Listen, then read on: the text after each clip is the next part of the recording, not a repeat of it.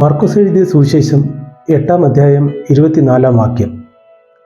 നീ എന്തെങ്കിലും കാണുന്നുണ്ടോ?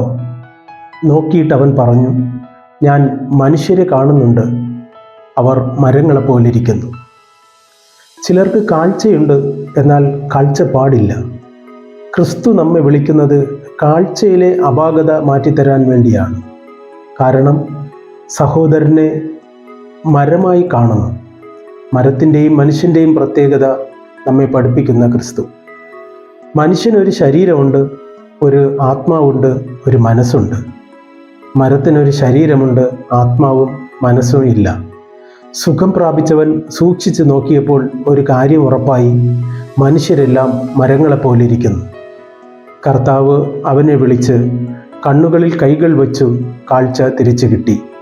നമുക്കും പ്രാർത്ഥിക്കാം, മനുഷ്യരെ മനുഷ്യരായി കാണാൻ എൻ്റെ കാഴ്ചശക്തി തിരികെ തരണമേ. ആമേൻ.